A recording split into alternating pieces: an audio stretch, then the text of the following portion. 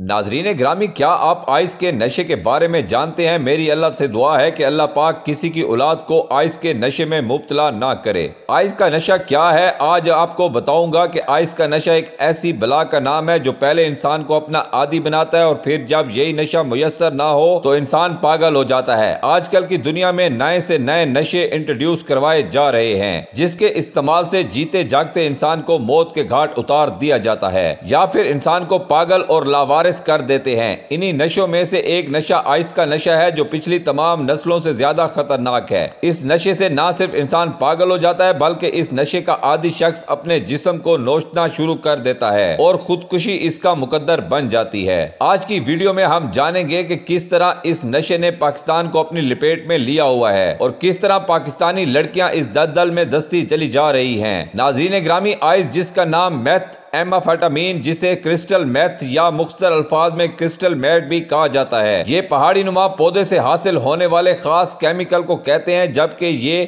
Laboratories میں ایفیڈریم سے بھی تیار کیا جاتا ہے۔ اس خونی کیمیکل کے کرسٹل چینی یا نمک کے بڑے دانے کے سائز کے برابر ہوتے ہیں۔ ایکسپرٹس کا کہنا ہے کہ یہ خطرناک نشوں میں سے ایک نشہ ہے اور اس کے استعمال سے انسان کے اندر توانائی دگنی حد تک بڑھ جاتی ہے، حافظہ انتہائی تیز ہو جاتا ہے اور انسان 24 گھنٹوں سے لے کر 72 گھنٹوں تک جاگ سکتا ہے۔ لیکن نشہ اترنے کے بعد انسان سستی اور تھکاوٹ محسوس کرتا ہے اور آس پاس کے لوگوں کو شک کی نگاہ سے دیکھنا شروع کر دیتا ہے اور اس کے مسلسل استعمال سے انسان پاگل پن کا شکار ہو کر جلدی موت کے منہ میں چلا جاتا ہے۔ افسوس کی بات یہ ہے کہ پاکستان کے قبائلی علاقے بالخصوص خیبر کو آئس کا گھر مانا جاتا ہے۔ یہاں یہ زہریلا اور مہلک نشہ افغانستان سے سمگل ہو کر آتا ہے اور حیرت کی بات یہ ہے کہ اس نشے کو خریدنے والوں میں سب سے زیادہ تعداد لڑکیوں کی ہے۔ ان لڑکیوں کا تعلق یا تو امیر خاندانوں سے ہوتا ہے یا پھر اپنے امیر ماں باپ کی بگڑی اولاد ہوتی ہیں۔ ناظرین، مہنگا ہونے کی وجہ سے پہلے یہ صرف امیروں کی دسترس میں تھا اور پارٹیوں اور کلبوں میں سرو کیا جاتا تھا، لیکن اب یہ ہر امیر غریب مرد عورت کے استعمال میں ہے۔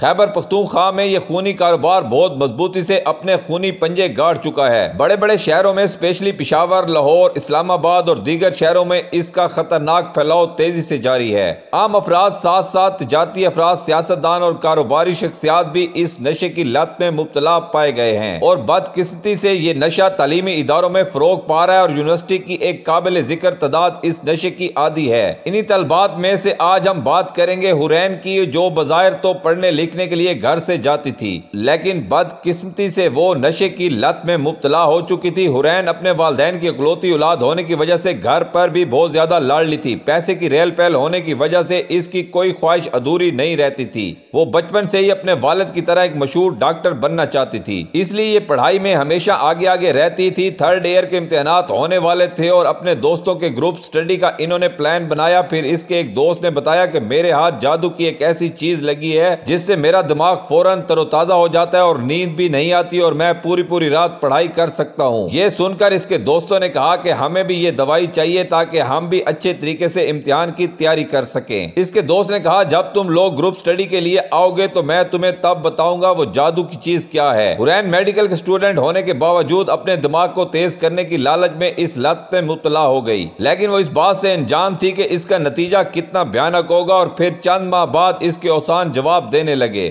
اور اس کی حالت خراب ہونے لگی۔ وہ دیوانہ وار کبھی اپنے بال نوچتی تو کبھی اپنے اس سائے سے ڈرنے لگتی۔ اس کی حالت دیکھ کر اس کے گھر والے اسے شہر کے سب سے بڑے سائیکیٹرسٹ کے پاس لے کر گئے، لیکن اس کی حالت دیکھ کر ڈاکٹر بھی بے بس ہو گئے اور صرف اتنا ہی کہہ سکے کہ اس کا نارمل ہونا بہت مشکل ہے۔ اس کے والدین ہر قیمت میں اسے بچانا چاہتے تھے۔ وہ بار بار ڈاکٹر سے فریاد کر رہے تھے کہ ڈاکٹر صاحب آپ کچھ بھی کریں، ہماری بیٹی کو ٹھیک کر دیں، آپ نے جتنے چاہے پیسے لینے ہیں لے لیں لیکن ہماری بیٹی کو بچا لیں۔ دوسری طرف حورین مینٹل ہاسپٹل کے بیڈ پہ لیٹے لیٹے چیخنے لگ جاتی کہ وہ دیکھو کوئی آ رہا ہے، وہ دیکھو کوئی آ رہا ہے، وہ مجھے مار دے گا، وہ آ رہا ہے۔ وہ کبھی زور زور سے کہہ کے لگانے لگتی۔ دوستو، ایسی ایک کہانی اور بھی ہے ایبٹ آباد کی کرن خان کی۔ کرن ایک مراد یافتہ خاندان سے تعلق رکھتی ہے اور ایک تعلیم یافتہ اور